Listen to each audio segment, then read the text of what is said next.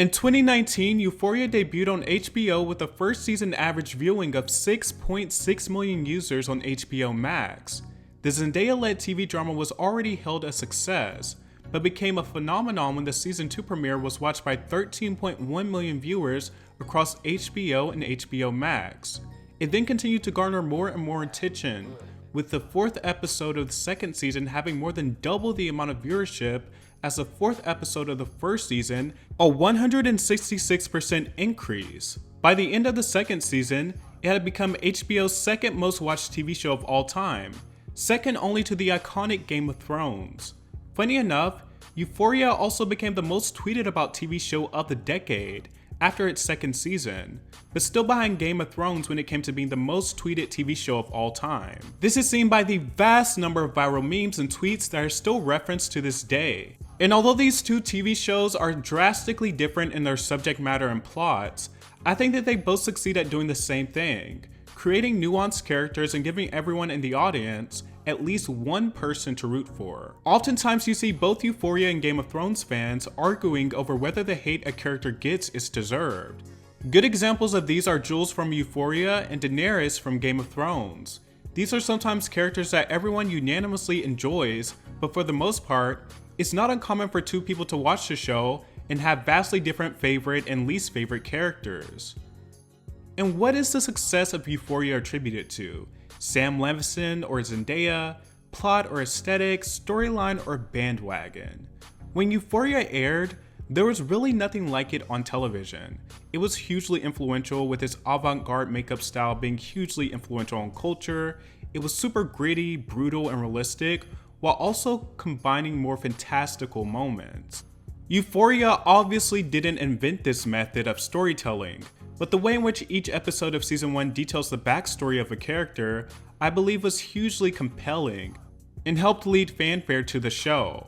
Sam Levinson is a controversial figure nowadays, with his show The Idol being accused of objectifying women and having misogynistic undertones, and Euphoria season 2 being controversial as well in its usage of female nudity and the so-called male gaze. However, when season 1 premiered, criticism was few and far between, with most critics and audiences deeming it an artistic triumph. In September of 2023, Sam Levinson was accused of stealing Euphoria's iconic cinematography aesthetic from photographer Petra Collins. The news garnered widespread attention, especially since public scrutiny was at an all-time high for Levinson after a Rolling Stone article detailing how Amy Seimetz, the original director of The Idol, was fired when the show was almost complete, due to, as Rolling Stone reported, The Weeknd wanting a less female-driven perspective.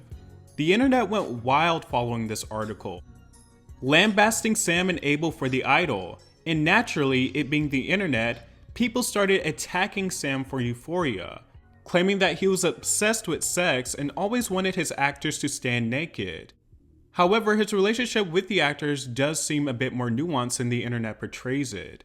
Sydney Sweeney has come out and said that she disagreed with some scenes originally written for her to appear nude in, and that Sam agreed and didn't include those. Beyond that, Sweeney, and for that matter none of the cast, have ever spoken negatively about Sam, at least publicly. However, at this point it's impossible to continue this video without speaking about Barbie Ferreira. A huge source of drama surrounding season 2 had to do with Barbie Ferreira, who played Kat in Euphoria. As the season aired, rumors continued to build up a feud between Barbie and Levinson, with reports of Barbie storming off set and huge blowouts between the two.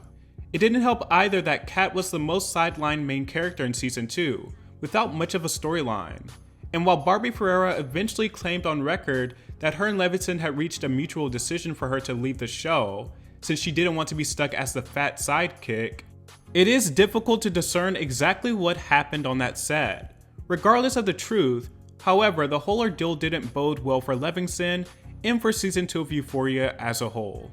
Now, I do think there is some genuine big criticisms for season 2, there is a lot of inconsistencies. I personally feel as though the door being shown in season 2 when Rue is at Lori's home was weird.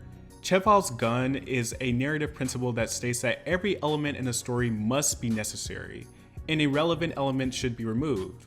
For example, if a writer features a gun in a story, there must be a reason for it, such as it being fired sometime later in the plot. Of course, there are authors who disagree with this narrative principle, but I do feel that it was strange to highlight Lori's home so much and then just completely ignore her presence after Rue left. Nothing ever followed up on it. But speaking of Euphoria and its presence, is the public a little bit hypocritical? In March of 2023, Rolling Stone published an investigative article revealing controversial behind-the-scenes details of HBO's The Idol. According to interviews with 13 cast and crew members, the production was marred by numerous issues. These included scripts with extreme physical and sexual violence, ongoing delays, reshoots, and rewrites, leading one member to describe it as chaotic. The first major concern arose when director Simitz left the project, which was 80% complete. Reports suggested creative differences, with The Weeknd wanting a show focused more on his character, a perspective that Sam Levinson, the co-creator, reportedly supported. Levinson's increased involvement in directing led to the scrapping of the nearly finished project, which was originally budgeted between $54 and $75 million. He rewrote and reshot the entire series, amplifying the sexual content and nudity, aligning it with the explicit nature of his other HBO series, Euphoria. I do feel like The Idol was intended to capitalize on Euphoria while Euphoria was on break. It was supposed to be the show that was supposed to continue the hype of Sam Levinson until Euphoria came back. About The Idol, crew members expressed their disappointment, noting that the show shifted from being a dark satire about fame to embodying the very aspects it intended to critique. Concerns were raised about the portrayal of sexual content. Despite the public outcry in opposition to The Idol, Season 1 went on to average 1.2 million premiere night viewers, which grew to a total episodic average of 6 million. This controversy, alongside the plot critiques from Season 2, have left a large portion of the internet on the side that Euphoria Season 3 should not proceed. Especially with the addition of the tragic passing of Angus, we cannot proceed with this video without talking about Angus. Angus Cloud, who portrayed Fesco in the show, tragically died in 2023. He added so much heart and charisma to the show and was a true fan favorite. Sam Levinson expressed his condolences, alongside revealing that he had encouraged Cloud to seek help for his addictions, and had staged multiple interventions for the late actor. Angus Cloud and Fesco the character played such a major part in Euphoria. It definitely will not be the same without him. So what are my thoughts on a potential Season 3 of Euphoria? People are always going to hate on something popular. Euphoria isn't without its criticisms, but I do think a lot of the criticisms levied against it are a bit overblown, and no matter how loudly people may complain, people are going to be watching Season 3. It's also important to note that a lot of time has passed in between Season 2 and Season 1. When Season 1 aired, it was genuinely fresh, revolutionary.